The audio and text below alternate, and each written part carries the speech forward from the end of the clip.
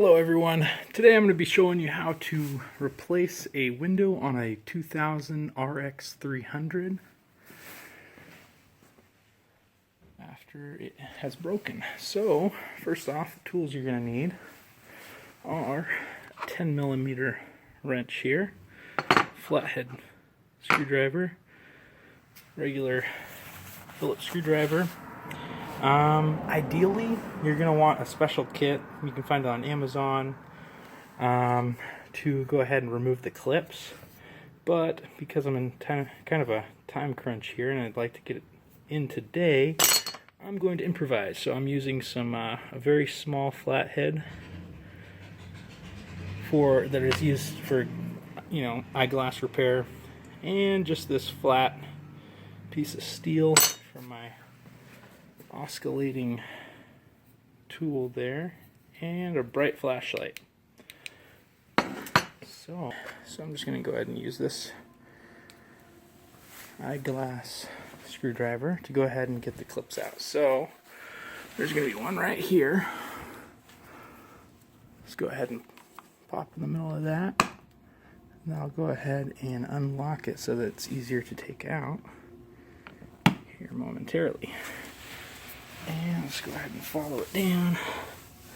Looks like there's actually screws that just my regular Phillips can take out there. But there's also one more pin in the corner underneath the speaker here. There we go. Alrighty, so all of the pins are popped. So next up, let's go ahead and remove those pins. So, again, because I didn't buy the specialty pin tools, I'm going to be using this very fine Phillips flathead so that I'm very careful not to break these.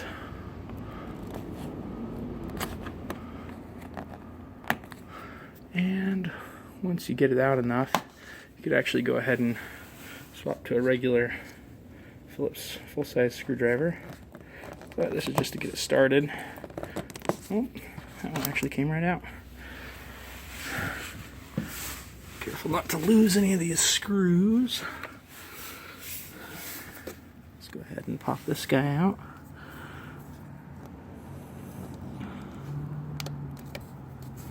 There it goes, the whole thing. Alright. I believe that's... Oh, one more. Let's just see if we can just go ahead and pop it out with this guy. Yep, there it goes.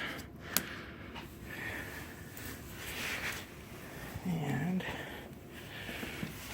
got a couple screws at the bottom here. One to the right of the light, the door light. Make sure it's going lefty-loosey.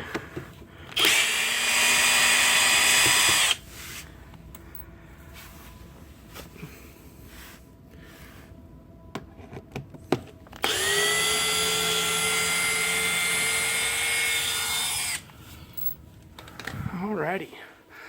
Next up, there's a couple hidden screws. So, again, I'm going to take my little micro flathead here, pop open this dealio,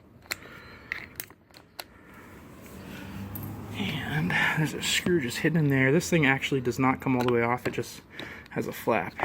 It just kind of lets you get it out of the way enough to take out the screw. Alright, let's remember that that one goes in the door.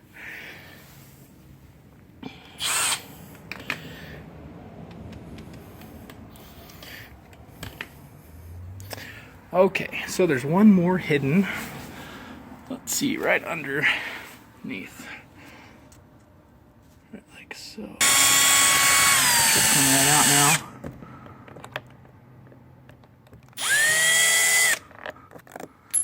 Alright, that was a rather large one, so let's remember that guy goes underneath the door handle here.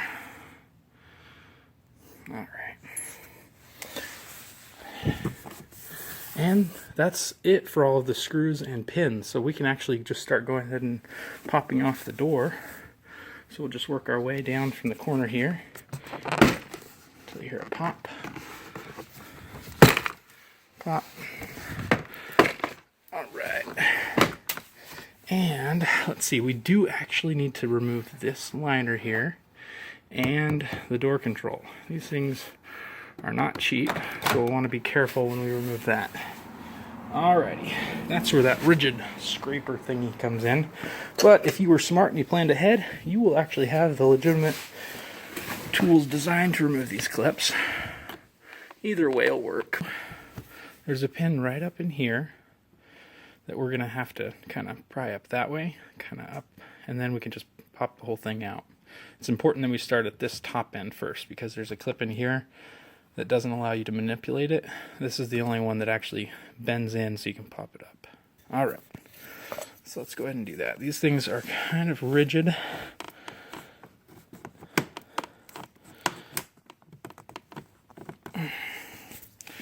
So the idea is I just need to get it back behind the pin. This is probably the most difficult part here, just getting this guy out. But it'll come, you just gotta mess around with it for a little bit.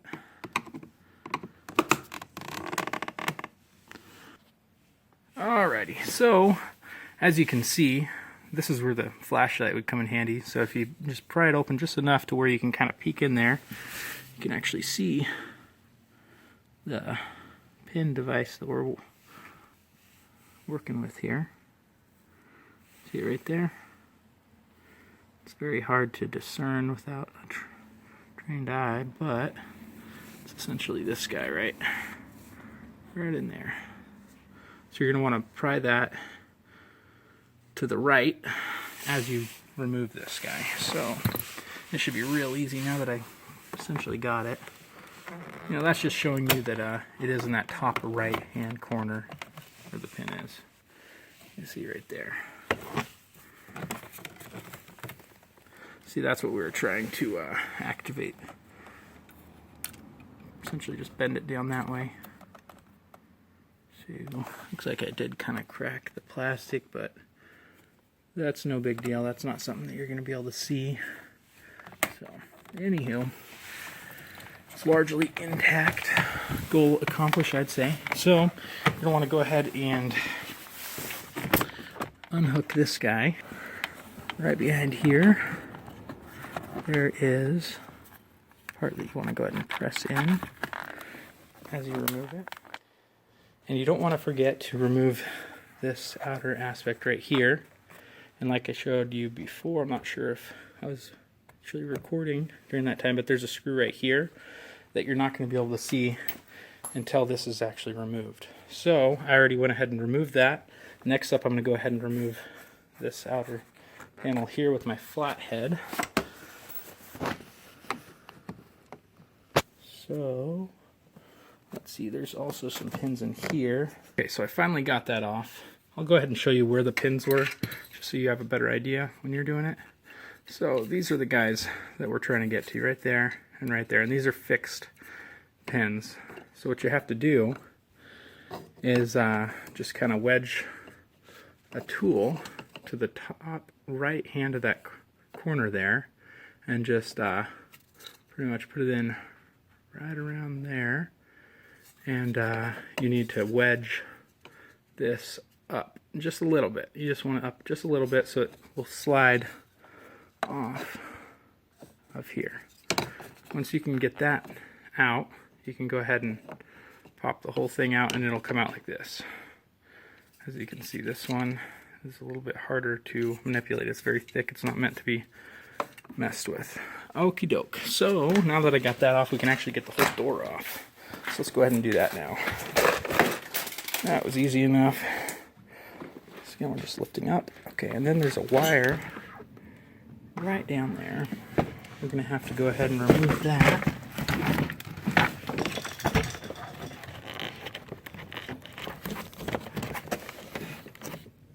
Again, you're going to have to press in right in there while you move it that way. These things are actually pretty painful to remove just because it doesn't seem like they're designed to come out this way. So I'm going to go ahead and press pause while I go ahead and remove this guy. Be right back with you. Alright, so what I did was I pretty much just bent this way, and then I was able to just pull that right out, because the back of this guy is actually hitting this when you try to take it out. So if you just go ahead and bend that out, it's a lot easier to just go ahead and remove it. So now that the door is completely free, I'm going to go ahead and set it aside here, somewhere where it's not going to get scratched up. Now we get to the meat of it. I'm just going to go ahead and open up what I really need to, which is down here. I'm going to need this access. So go ahead. Alright. Just one moment while I grab some tape here. Alright. Well, I've got my handy dandy Gorilla Tape here, so I'm just going to go ahead and tape it up and out of the way. Alright, now that that's out of the way, what we're going to need to do is remove the speaker here so that we can gain access to these screws that we need to take out from the old broken window and attach to the new window. Yep, it's actually rolled somewhat up right now, so we're going to have to go ahead and roll that down. But anywho, let's go ahead and remove this speaker real quick. So there's just a pin up top. And 1, 2, 3 screws. Alright, so I went ahead and removed the screws. Now you just need to pry this guy out. It's kind of tough. Luckily it has like a protective barrier around it, so you can kind of grab that if you need to. Anyways, it's out. Set it out of the way here. So now we can go ahead and gain access to those bolts I was telling you about. So I'm going to roll down the window so that we can actually gain access to it, because it's up too high right now. So I'll be right back. Alrighty, so I went ahead and rolled down the window, and as you can see, there is a bolt right in there. These aren't the easiest to get access to, quite honestly, but you're just going to have to make do the best you can. Roll the window in such a way that, you know, you get the most view. So that, for me, that'd probably be right about there. So as you can see, there's that bolt. And then the other bolt is clear over here. So you can actually slide this, which makes it a lot easier on this side. The other side, you couldn't slide it this far. So this is really nice. That gives you a clear open field to open that up. And then the other one, I think you can just go ahead and slide it this way all the way. And voila. Yeah, this one's actually a lot easier than the driver's side. It was really awkward to remove the ones on the driver's side, but it was still doable. Alright, so I'm going to go ahead and remove those bolts with my number 10 wrench, and I'll be right back with you. Alrighty, so now that I've loosened those bolts, just go ahead and remove it by hand the rest of the way. There's the screw and this little piece. This is what attached to the other window, which busted. Save the screw though. Most windows you purchase is not going to come with a new screw, so we're just going to leave those there. Now it's time to actually install the new window.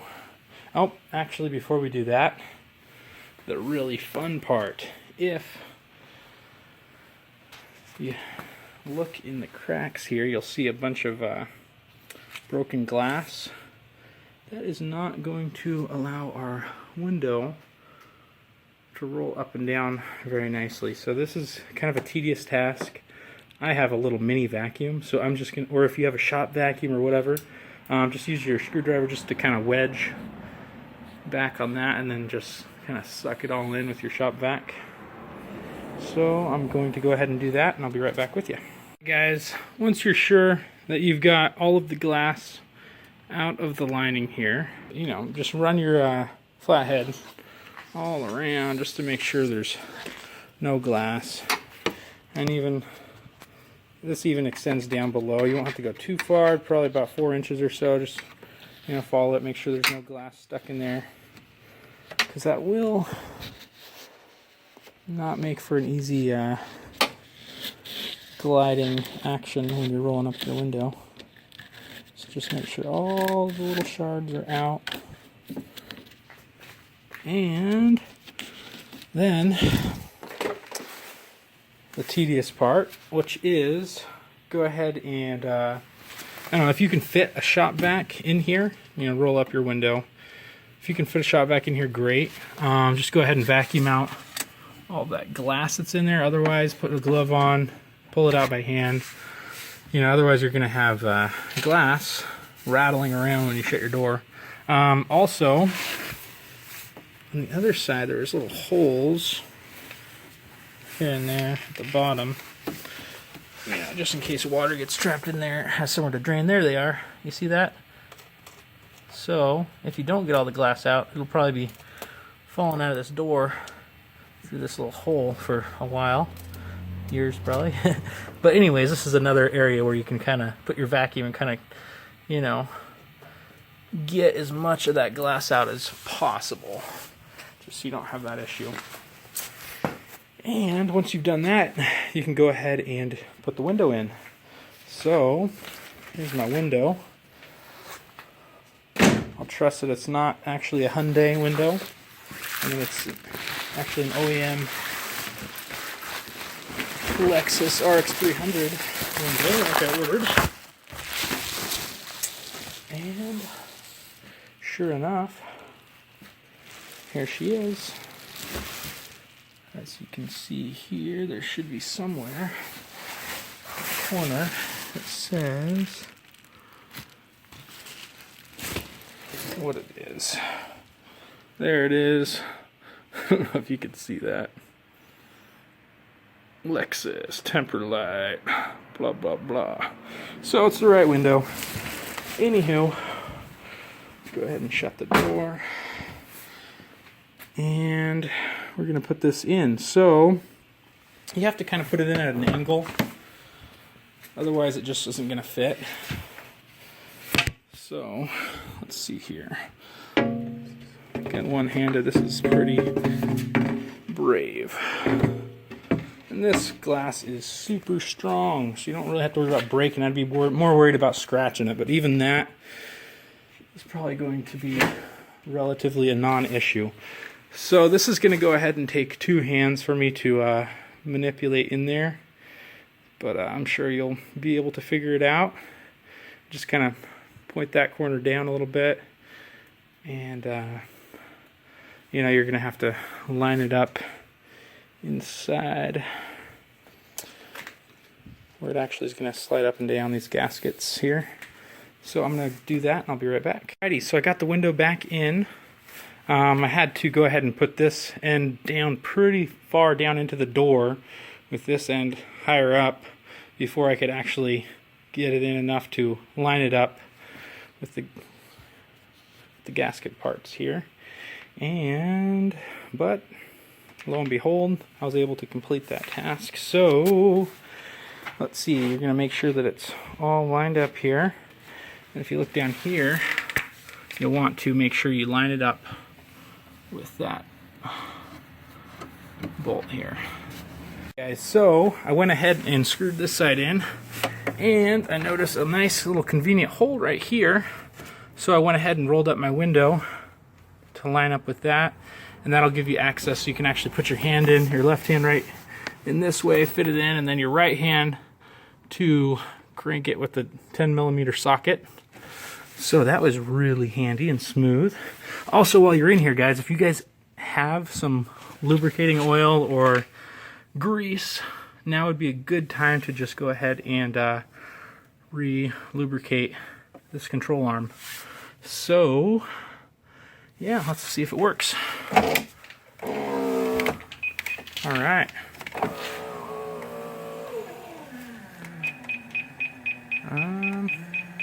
Mind you, this is the first time it's come up.